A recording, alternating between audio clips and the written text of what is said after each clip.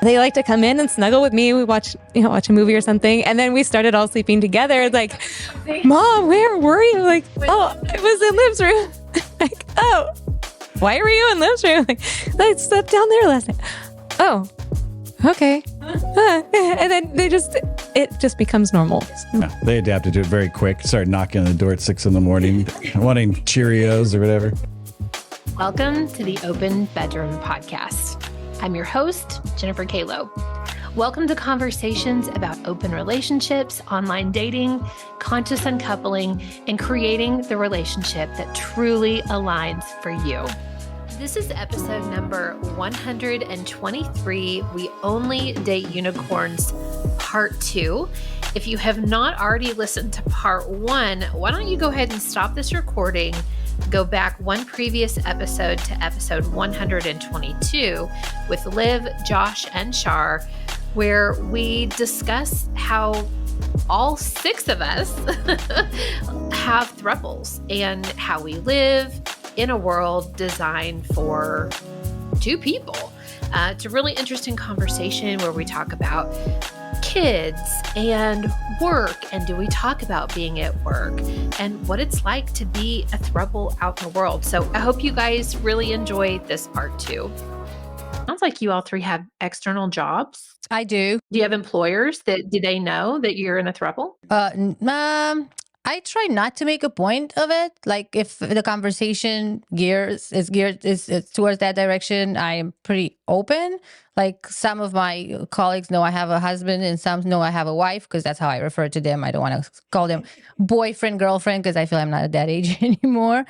But I've never actually said, hey, I have both, or hey, I mean, I'm not that type of person. I don't hide it, but I don't put it in people's faces. Yeah, we realized a lot of people don't have the setup we do, working from home or home businesses and stuff. So They have to worry about their employer, and they cannot come out and be 100% open. So that was another reason. It's like, well, we can. So I guess we should come out. Right. So I'm the only one that actually works outside the house. So I'm the only one that actually gets to have these conversations with colleagues. I don't know. I guess I still feel a little weird about it in the sense that I don't want people making any assumptions or decisions about me it's about something that really doesn't concern them in any way. So yeah, I guess now that I think about it, I am not comfortable of speaking about my relationship status because I think it may have repercussions. I've always been very open about it, but walking the line, like if somebody asks me any question or anything, I'm always 100% open about, I'm in a throuple. But I also am trying to walk the line of not being in people's face like, oh, I'm in a throuple. Does that offend you? I'm polyamorous. Are you triggered? Yeah. You've always been better about this, Josh. More open. Yeah. I've always been the kind of person that, if it's not your problem, I'm not going to give you the information. None of your business. Yeah.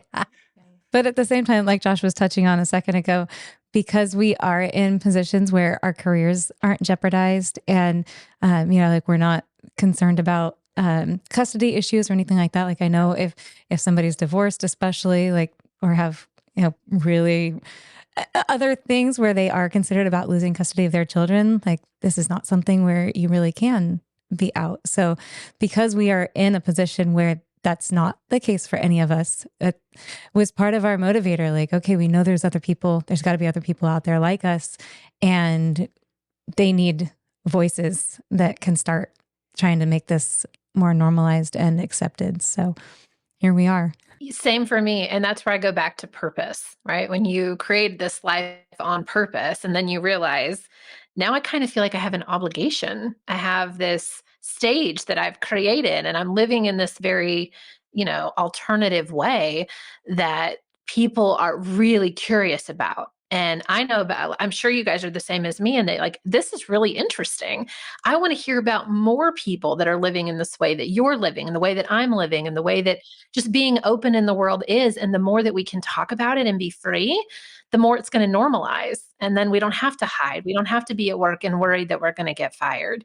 We get to be, and the four of us are very normal people. Like you would see us in Walmart or the grocery store and be like, oh yeah, there's a mom. And I like to normalize that too. I'm just like you. I'm a, baseball mom. I've got teenage kids. I run a company.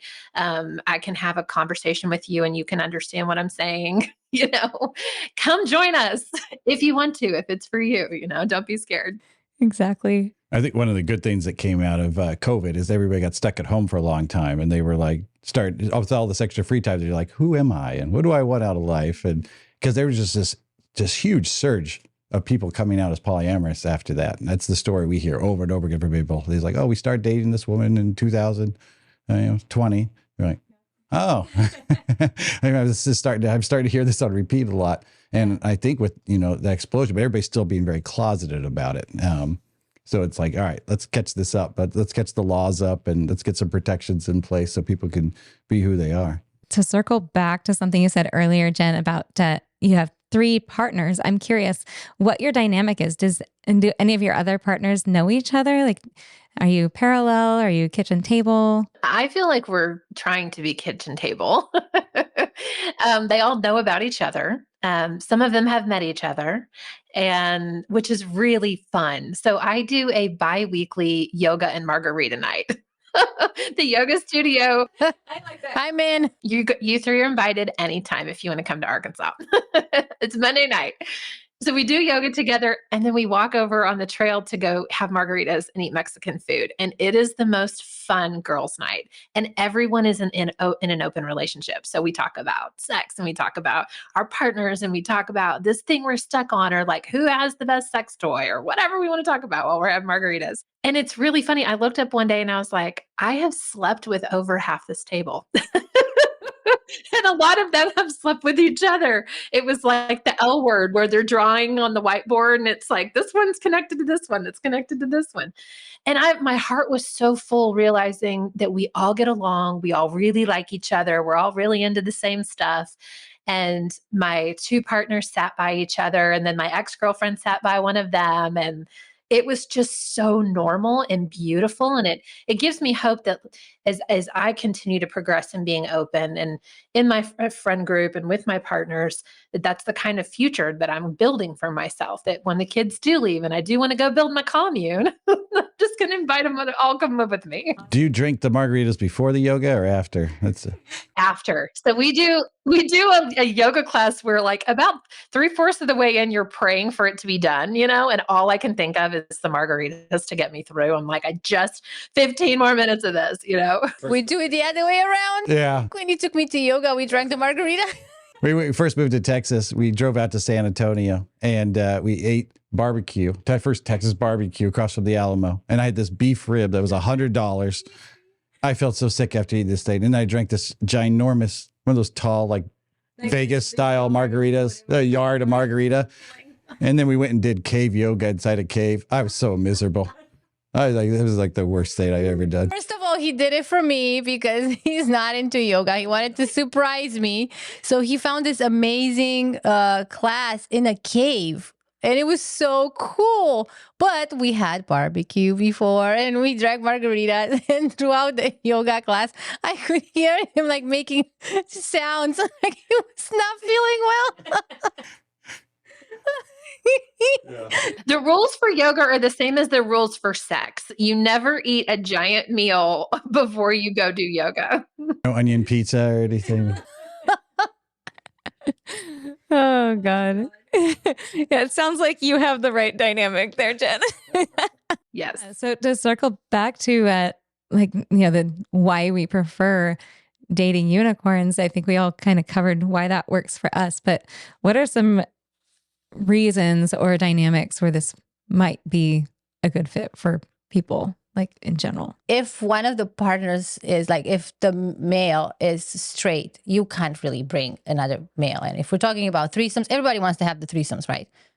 I do. I want to have that. So if it would be 2 men and both would be straight, then no more threesomes for me. I mean, I guess you could do what was that? The MFM threesome, but it's not the same. It's just not the same. So I think the dynamic where just dating unicorns would be ideal is if the male is straight. Yeah. Too much? Did I over answer that? Somebody else wants to answer it?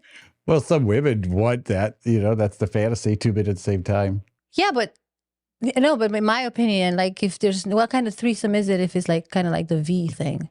Oh, but yeah, I want to like have the whole. Well, I think the men stay far enough away. The woman is like the swing door thing.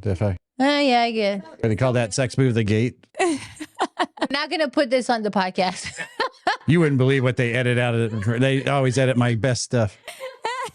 I always say we're not gonna put this on the podcast. And then it ends up in there anyways.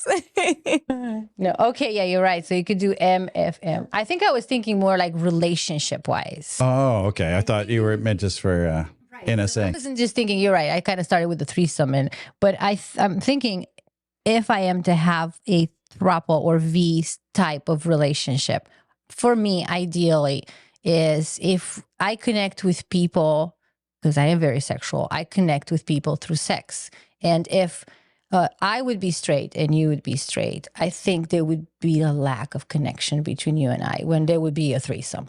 My opinion. That's how I want to relate. Like, I want to be able to touch you. I don't want to be like, oh my God, you touched me.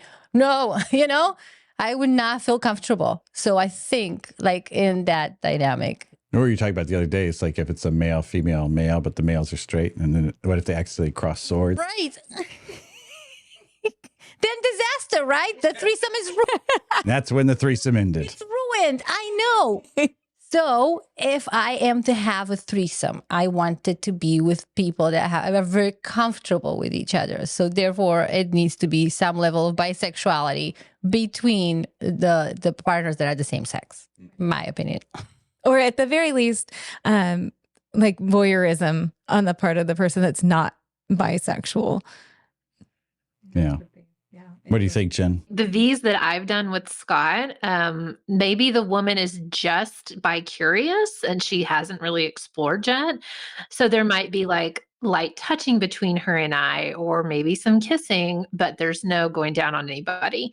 And then Scott fucking both of us. The reason I love that is I am such a voyeur. I love to watch. Like, I like all the angles. I'm like, I want to see him her. I want to see her face. I want to see the expressions, and like all of that really turns me on. So that's where V's have worked for me in the past.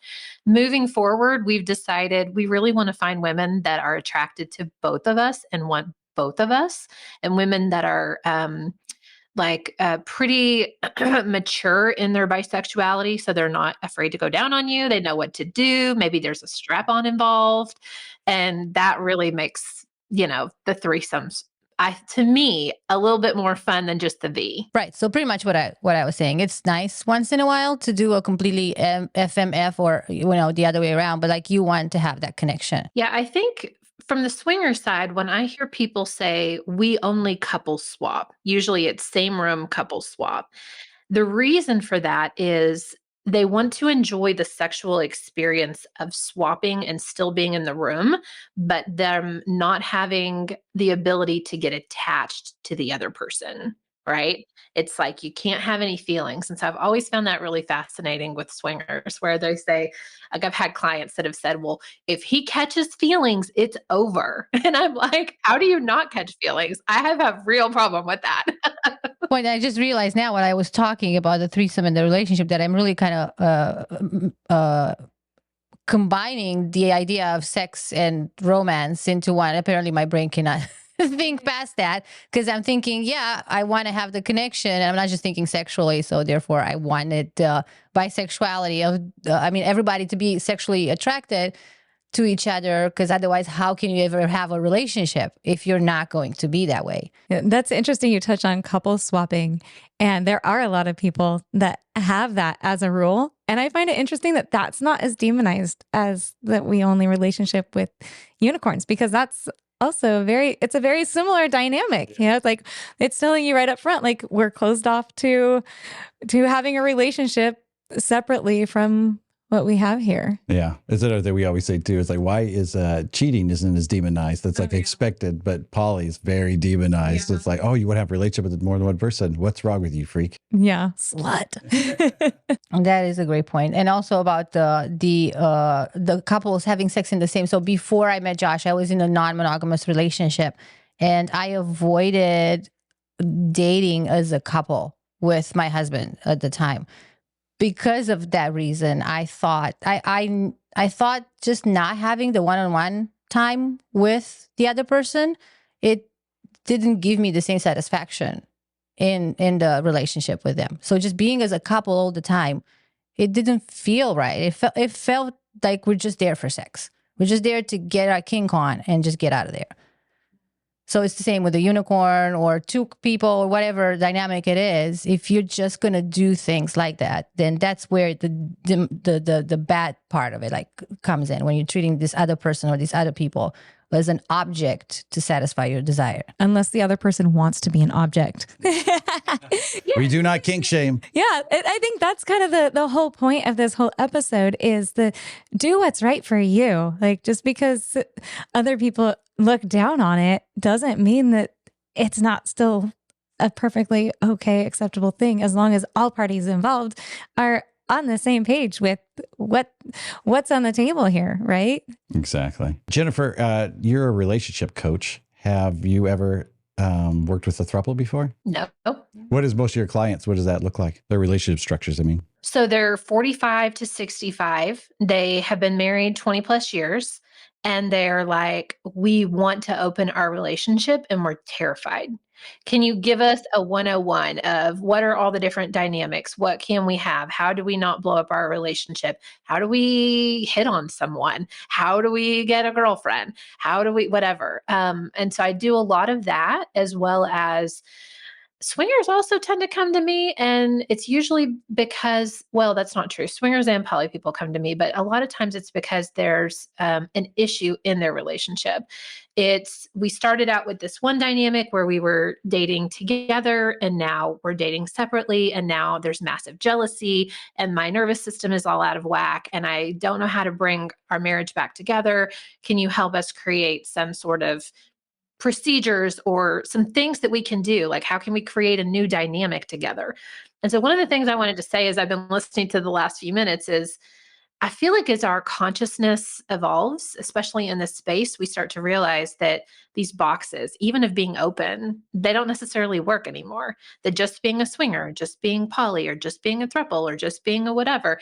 And you start to realize, like, I'm kind of a hybrid of all of this, or I'm moving into something even more different where we're a throuple that lives together. That's really edgy that no one's doing. You guys are leading that. And so I think that coming into a space of being open, or if you've been in an open relationship for a while and it just doesn't feel like it's continuing to work in the old dynamic you were in, you have full permission to change your dynamic at any time. That's what everybody we meet is always in between something. They were here, they moved here, now they're coming back this way. It's like a living organism. It's constantly changing and moving. So I think you talks about that a lot. I do. I always say never, because every time I said that, I was proven wrong. So one good example is when I was non-monogamous, I would always say polyamory is not for me. And because I never saw it that way. I didn't think I could, even though I have a huge capacity to love multiple people and have different types of relationships. I was in a hierarchical non-monogamous relationship. And at that time, I really didn't have any capacity to love anybody else. And polyamory was not for me. Absolutely. So I kept saying that to everyone I met. And then after some years, I realized that actually I was getting drained by not having more romantic connections with the people in my life. So I very naturally gravitated towards polyamory without even knowing what I was doing, without even labeling it in any way. And then when I finally found it in the throuple with us, there's something just clicked. And I was like, oh my God, this is what I was missing all my life. When my husband at the time and I would go out somewhere or meet somebody, and then it was just he and I couldn't, there was something missing, but I couldn't put my finger on it, what it was. I always thought maybe it's like my mental health or me not finding like whatever it was. And then when the three of us got together in an actual relationship as a throuple, and we would go out and then come back home, and then I would never have that something missing feeling. That's when I realized that's what it was that was missing. I needed to be with more than one partner. So I guess I was always polyamorous. I just didn't know about it. Because nobody's doing it. You didn't see anybody else. I had no example. So yeah, never say never, the point of what I was saying, because you change, the people in your life change, your needs change. And if today you're into something, tomorrow you might be into something else. I feel like I have a last question for the three of you. If you're up for it. Yes. I'm curious how the three of you support each other. Like in what way? Like emotionally or? Like emotionally, or someone's trying to get a new job, or there's something big happening in the family. How do the three of you support each other? What does that look like? I think it's very situational typically. We all do have very different strengths. Like obviously like Josh is a very masculine presence. So I think for both Liv and I, he offers this like containment. I don't, Liv probably knows how to explain what containment is better than I do. But Teal Swan has some great videos on it, but it's a new concept to me. And I feel like something that I, in past years, have not taken full advantage of, but like he's such a strong masculine presence in my life that I am free to expand and explore who I truly am and let it kind of lean into my, the feminine chaos side and not always have to be in control. Like, you see so many women that are struggling to balance it all. Like, well, what if I can just let things be out of balance sometimes, and knowing like he's this like strong, consistent presence that he grounds me, and then Liv on the flip side, I think she has been leaning into her femininity more than I have. And she inspires me to kind of let loose and relax in ways that in the past I've struggled to, just because that's the culture I was raised in. I was raised in church, very conservative. And you have these like tiny boxes that women are supposed to fit in. And it just gets exhausting when you're not wired to try to fit in those boxes. And Liv is like, hey, this looks like it's not working for you. So what if we let go of that? It's like, oh, okay. Yeah, that feels good. For me, both these women are so day and night different. It's like if I'm having some kind of struggle or problem, Liv is very quick with a hug and affirmations and positivity. And Char's more like, let's brainstorm this problem. Let's think it out. What can I do? How can I jump in? How can we get into it? So it's like coming at it from two different angles. It's really nice. It's like a full package of support. I also try to be very practical. Like when one of you needs something, I'm actually asking, I want to be told, how can I help you? Rather than, like just sitting and listening. So I feel like if you need something, I'm here to help you. I ask you all the time, what do you need me to do? What do you want me to do? And I have an easier time when somebody just says, I need you to do something for me, and I'll just do it. So the way I think there's a lot of support in the house. Whenever somebody has anything they have to do, I feel like all three of us are involved. And we actually get to experience that a lot through this podcast, like having this business together. It's so much. It's like we do so many things, and we're enmeshed between business and relationship, and it's just this whole. And for some people that might not work, and for us it actually seems to like work pretty well. I'm trying to focus on like, let's not all do podcasts all the time, but sometimes we all actually always do podcasts all the time, and it still works, even though I'm concerned that it might kind of take over sometimes. But yeah, we do a great job at supporting each other. Beautiful. How about for you and Scott? Like, what are some ways that you find support in this relationship dynamic that maybe you haven't in past ones? Scott challenges me. So I've had 2 husbands. My first one was very verbally abusive, very angry. And I was with him for a decade. And then my second husband was exactly the opposite, because of course we call in the opposite, right? We need balance. And he was very passive and very safe and very passive, very safe. And so now that I have Scott's been wonderful because he's brought like fire back into my life. And I had almost another decade with my second husband to really figure out who I am in this world and fall into my femininity. I was so masculine. And so it was like, I was birthed out of the canal with the second husband where I'm like, okay, I'm all me now. I'm a complete human and I'm ready to go back into the ring and learn some cool stuff. And so Scott he's an engineer. He's a mechanical engineer. So he's constantly like thinking about how things work in the universe and life and Elon Musk and like always bringing me all these podcasts to listen to. Like, how do you think about this? And so it's this like nice blend of a bit of controversy because we don't see the world in the exact same way, but it challenges me to really question the way I think about things.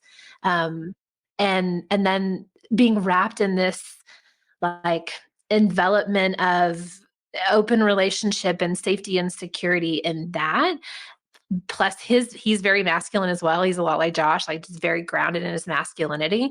It's just this delicious soup that I get to play in, feeling very much myself and feeling also very free to have other relationships and be present for other partners and be present for Scott and our kids and the business that I've created. And it's all just so yummy. Like being a human is so much fun. Yes, that's beautiful. I love it. So if our listeners want to get in touch with you for any of your services, Jen, how can they reach you? Ooh, good question. I'll obviously give you guys links to my stuff and I'll put yours in my show notes as well. I would say start with the Open Bedroom Podcast. I'm on all platforms, TikTok, Instagram, YouTube, Facebook, wherever. And that's a great place. And my link tree is there. So you can do one-on-one coaching with me. You can listen to the podcast. I have a retail business. There's all kinds of fun ways to be in my world. And what about you 3? We're on all the platforms as well: YouTube, Spotify, Apple Podcasts, Audible, and then email throupletalk@gmail.com. We love especially hearing from other throuples or people that are wanting to be a throuple and kind of trying to navigate this largely uncharted territory here. Yep. And you can send us voicemail questions. It's in the descriptions below. We're going to be adding links to the descriptions and all the videos. Well, thank you so much, Jennifer, for hanging out with us today. This has been awesome. Same. Thanks for hanging out with me. I'm just so excited to meet you 3 in real life. And I think this was a fun conversation. Hopefully our listeners agree. Yes. Thank you. Hey there. Did you know that I do online coaching? Yes, I do online coaching in the sex and relationship space. Some of the topics that are near and dear to my heart are open relationships. So that includes polyamory, swinging, or what we call the lifestyle. I also love conversations around online dating. We're talking Bumble, Tinder, Field, and more. And then the last thing that is really passionate and close to my heart is conscious uncoupling. That means we get to break up with people with love and respect, with dignity and hope. We get to create a life for our children that gets to be a little bit different. We can do things better than we have in the past. So if any of these topics sound interesting to you and you'd love to get some coaching from me, check out the link in the show notes or the link in my bio for more information on coaching with Jen.